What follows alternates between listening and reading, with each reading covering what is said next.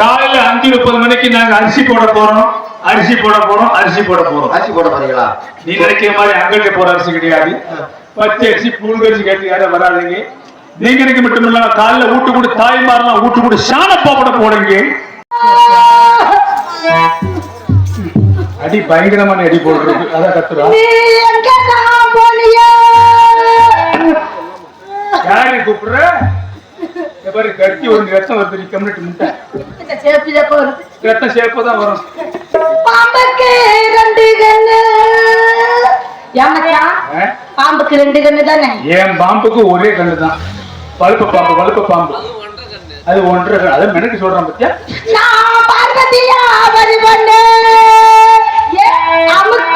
கொட்டிக்கார போட்டு அமுக்கிட்டாங்களா? என்னால முடியாது சொல்லி தொலையாத. சரி விடு. தேலுக்கு 2 கண்ணு. தேலுக்கு 2 கண்ணு தானே? 2017 28 13.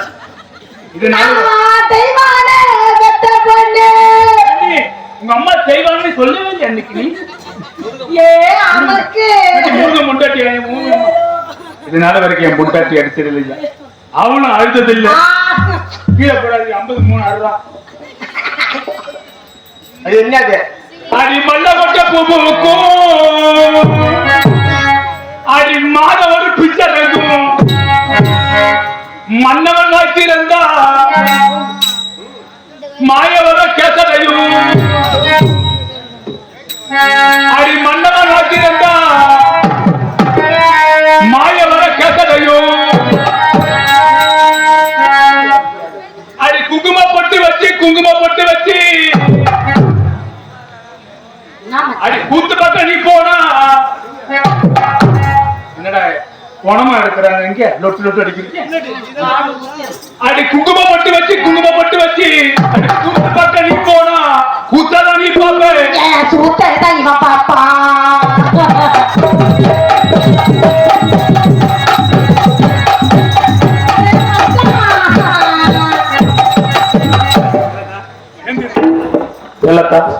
நம்ம வந்த வலையை பார்க்கணும். ஹரிச்சந்திர விலைக்கு வாங்கி அவன் காக்கில பீய வாங்கி அவன் போய் வாங்கணும். எரிய தடியே யாரப்பா தன் சரீரத்தை தானே விலை கொடுக்க போறான். நான் தானே வயவழி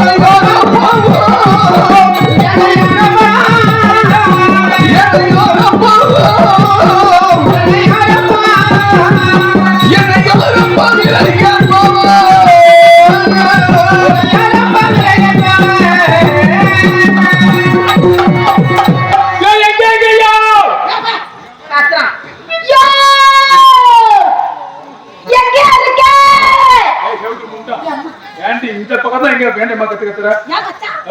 இந்த வீதியில போயிடுவாரோ? அந்த வீதிக்கு போ. நான் அந்த வீதிக்கு போறேன்.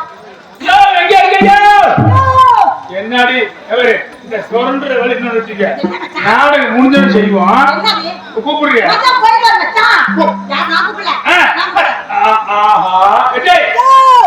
சத்தம் இந்த பக்கம் வருது. இங்க பாரு மச்சான், நம்ம குலதெய்வம் அப்படி வேரோட புடிக்கிட்டு வந்து நிக்குது. நமக்கு ரொம்ப வருஷம் பிள்ளை இல்ல. கால்ல விழுந்து விடு சாமி. வந்ததான் வந்தீங்க. ஒரு பிள்ளைய ஒண்ணு கொடுத்துட்டு போங்க. 16 பெற்று பெருவாழ்வு வாடுங்கள். ஆமா சாமி, அவருக்கு ஒரு புள்ளி எனக்கு ஒரு ஆப்பு ஒண்ணு கொடுத்தாங்க. ஏண்டி அவன் ஆசாரி மாதிரி தெரியுது. அவன்கிட்ட புள்ள கேட்கறிய எரிய தடியே. நான் அவன் யாருன்னு விசாரிக்கிறேன். யாரப்பா நீ? அயோத்தியாபுரி ஆண்டு வந்த திருச்சங்கராஜாவின் வளர்ப்பு மகன். என்னுடைய பெயர் ஹரிச்சந்திரன். ஒரு என்ன சோப்ப கட்டுருவேன். ஹரிச்சந்திரன் தெரியாதா? அவர் ஆடை என்ன, சேலை என்ன, பண்ணு என்ன, பலகாரம் என்ன, திண்டு என்ன, தலகாணி என்ன, அது என்ன இது என்ன? அது எப்படி நீ போய் பார்த்த? அதுல மச்சான் என்னமா அண்ணப்படையில சோறு வாங்கி திங்கிற ஒரு மாதிரி வந்து நின்னு விட்டு நான் தான் ஹரிச்சந்திரன் சொன்னா நம்ம எப்படி நம்புறது? உண்மையில நீ தான் அரிசி திங்கிறவனா? ஆமா ஹரிச்சந்திரன் நீதான். அப்படியா? உனக்கு அந்த நிலைமை? என்னுடைய நாடு ராஜ்யங்கள் விஸ்வாமித்திர மகாமுனிவரிடத்திலே தாரை வார்த்து கொடுத்து விட்டேன். இன்னும் அன்னவருக்கு கொடுக்க வேண்டிய கடனுக்காக இந்த காசி நகரத்தில் என்னுடைய மனைவியை நானே விலை கூறி வருகிறேன். சேர்த்துக்கடி இல்ல மச்சான், பாத்தியா மச்சான், பொண்டாட்டி புள்ளைய கூட வித்துட்டு வந்து நிக்கிறோம்னு சொல்றாரு. ஆனா நீனதான் இருக்கிற மச்சான், ஒரு பாட்டுல சாகலத்துக்காக என்ன வித்து விடுவாயா? யார பார்த்து என்ன கேட்கிற? கோர்ட்டுல இருக்கணும்னா குடிகாரன் பேர் எடுத்தண்டி ஒண்ணு விற்க மாட்டேன். கல்லட்டைக்காரனா ஒண்ணு விற்க மாட்டேன். என்கிட்ட போய்க்கு விட்டுருவேன். 300 ஒரு தரம், 200 ஒரு தரம், 100 ஒரு தரம். இந்த ஊர்ல நானே வியாபாரம் கட்டு நானே வியாபாரத்தை முடிச்சுக்கிறேன். ஒரு ரோடு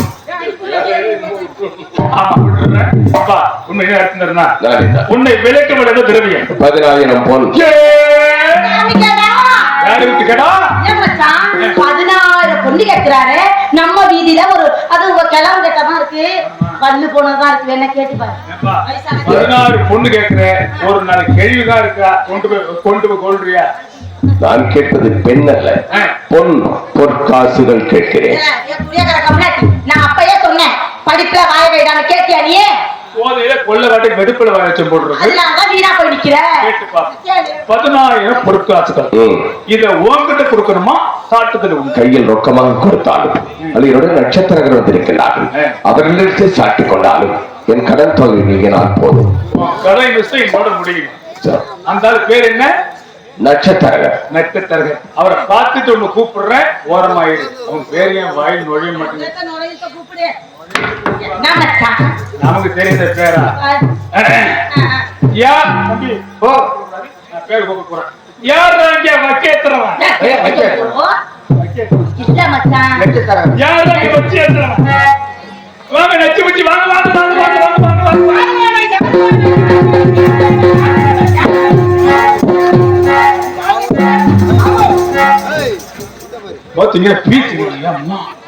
இந்த மாதிரி உருவத்தை பார்த்திருக்கீங்களா? நீ சரவணி ஆற்றங்கரைக்கு சென்று அவளிடத்திலே அதே இடத்துல திரவத்தை வாங்கி வரும்படி நேற்று உத்தரவிட்டாடா. அப்படி கொடுக்க முடியாதவா உனக்கு எப்படி கொடுப்பா? 4 நாளைக்கும் நாங்கள் 16,000 பசு பொன் கேட்டவனை கொடுமை பண்ணு சொன்னாடா.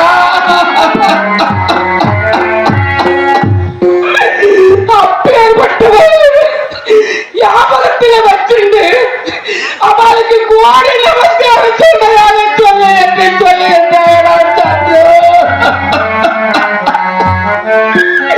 உன்னெல்ல கொடுமை நான் புரிந்து கொள்ளவில்லடா சத்ரு.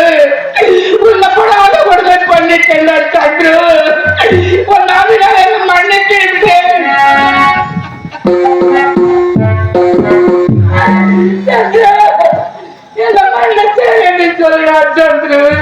எந்த வார்த்தை தெரிவிக்கிறீர்கள்?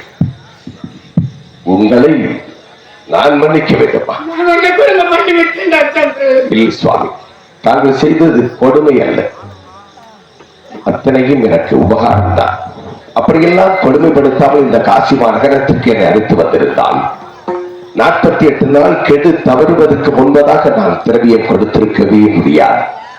தாங்கள் செய்த கொடுமைகள் அனைத்தும் எனக்கு உபகாரமே தவிர அபகாரம் இல்லை சுவாமி. பயிர் பார்க்காமல் கெட்டது, கடன் கேட்காமல் கெட்டது என்று சொல்லுவார்கள். அப்படி நீங்கள் கேட்டு என்னை துன்புறுத்திய காரணத்தால் தான் கெடு தவறாமல் திரவியம் கொடுக்க முடிந்தது. அதனால் தாங்கள் மீது எந்த தவறுமே இல்லை. தேவலோகத்திலே சுகபோகமாக வாழக்கூடிய உங்களை 44 நாட்களாக நானும் காற்று, வெயில், மழை, பனி என்று அலைய வைத்து விட்டேன். படாது பாடுபடுத்தி விட்டேன். பசி பட்டினி என்று அலைய வைத்து படாது பாடுபடுத்தி விட்டேன். அதனால் இந்த பாவியை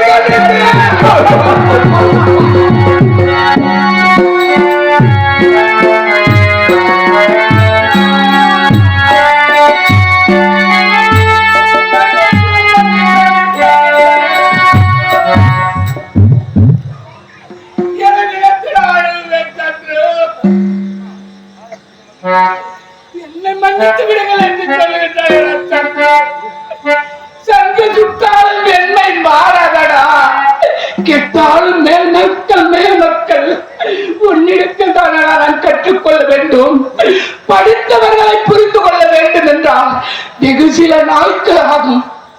முட்டாளை புரிந்து கொள்ள வேண்டும் என்றால் வெகு சில நேரத்திலே புரிந்து கொள்ளலாம்.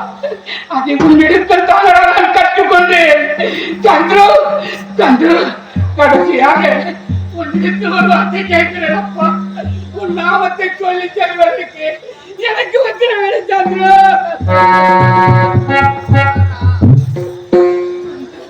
உன் நாமத்தை அவனுக்கு சொல்கிறேன்.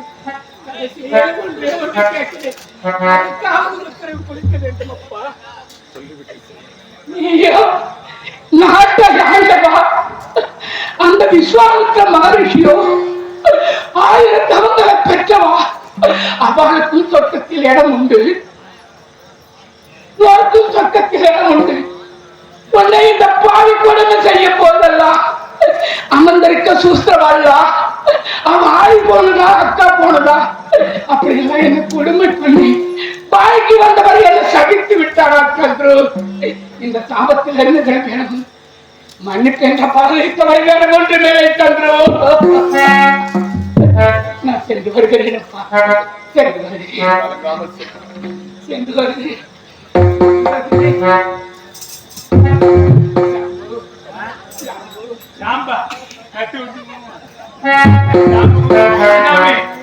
அந்த ஆட்டை என்ன கேக்குறீங்க? எங்க கேட்டேன்னா சொர்க்கத்துல இடம் இல்லைன்னு கேட்டேன். சாமிக்கு சொர்க்கத்துல சொர்க்கத்துல சொர்க்கத்துல சொர்க்கத்துல சொர்க்கத்துல சுதிய கட்டல சொர்க்கமே எங்காது ஊர் அட நம்மூர் போன வருமா.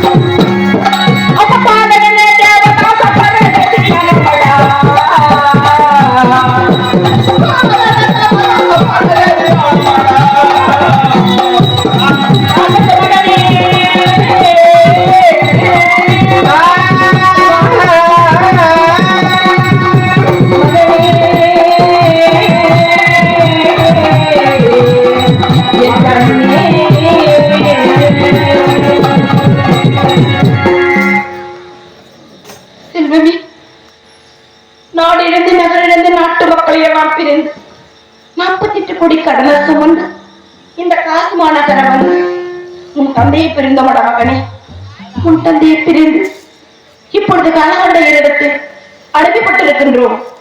அவரிடத்தில் சென்று என்ன பாடப்பட போன்றோமோ தெரியவில்லையடா. உன் தந்தை இந்த காசி மாநகரத்திலே எங்கே இருக்கின்றாரோ எந்த மூலையில் இருக்கின்றாரோ புரியவில்லை. நமக்கு வந்த விதி யாருக்குமே வரக்கூடாது மகன். என் செல்லமே, 5 வயதில் தந்தையை பிரிந்திருக்கின்றாய் மகன். உனக்கு வந்த விதி எந்த பிள்ளைகளுக்கு வரக்கூடாதுடா மகள். நான் எதடா நினைப்பேன் மகன்? நான் மற்ற செல்வமே, வரமிருந்த தவமிருந்த பெற்றெடுத்து என் தவப்புதல்வா, உன்னை நினைக்கின்ற பொழுது மனமெல்லாம் நொந்துள்ளதடா. என்னடா செல்வன் கண்ணே, உன் தந்தை இல்லாமல் இப்பொழுது நாம் எப்படியெல்லாம் பட்டமரம் வேட்டு வைத்துக் கொண்டிருக்கின்றோம் மகனே. கண்ணே, கண்ணம்மா உரிலே 5 வயது அறியாத பருவத்தில் என்னை மாலையிட்டு மரமுடித்தார். என் மன்னவர் என்னை ஒருகணம் பிரிந்ததில்லை. இப்பொழுது என்னை பிறந்து அவர் எப்படி இருக்கிறாரோ புரியவில்லை. என்ன செய்வீர்? பொன்னான வாழ்வு மண்ணாகி போமா, துயரும் நிலைதானா, உலகம் இதுதான்.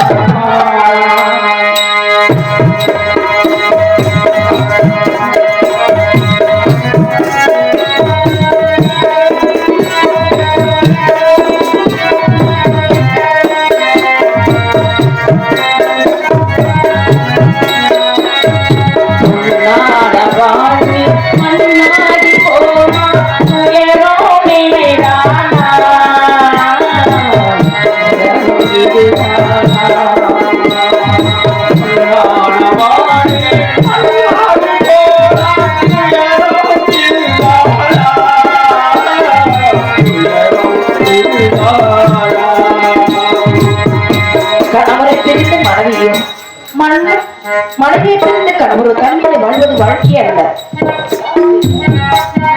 நான் என்ன நினைப்பது, என்ன செய்வது? ஒவ்வொரு மனைவிகளும் கணவரோடு சேர்ந்து வாழ்வதுதான் வாழ்க்கை. ஆனா எனக்கு இந்த விதி வந்து விட்டது. உலகத்திலே எத்தனை மனிதர்களுக்கு ஆண் பெண் பிறந்து கணவன் மனைவி சேர்ந்து வாழ்வதே அல்ல. சில பேர் அப்படித்தான் வாழ்ந்து கொண்டிருக்கிறார்கள். சில பேர் ஒற்றுமையாக இருந்து வந்து சந்தோஷமாக வாழ்ந்து கொண்டிருக்கிறார்கள். ஆண்டவன் அப்படி விதிக்கின்றான். எங்களுக்கு இந்த விதி வந்து விட்டது.